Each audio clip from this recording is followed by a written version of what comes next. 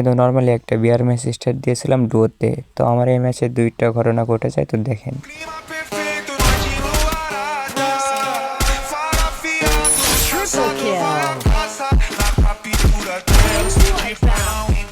এটা কিন্তু ছিল ফার্স্ট ক্লিপ, এটাতে আমার উপরে হিটলিস্ট নিয়েছিল।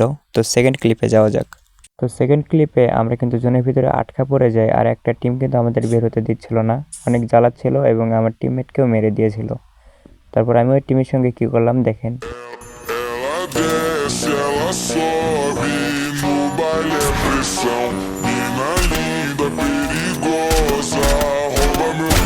তো প্রথম প্লেয়ারটাকে কিন্তু আমি ডাউন করে দেই, তারপর রিস্ক নিয়ে আমি কিন্তু সেকেন্ড প্লেয়ারের উপরে রাশ করে দেই। তারপর দেখেন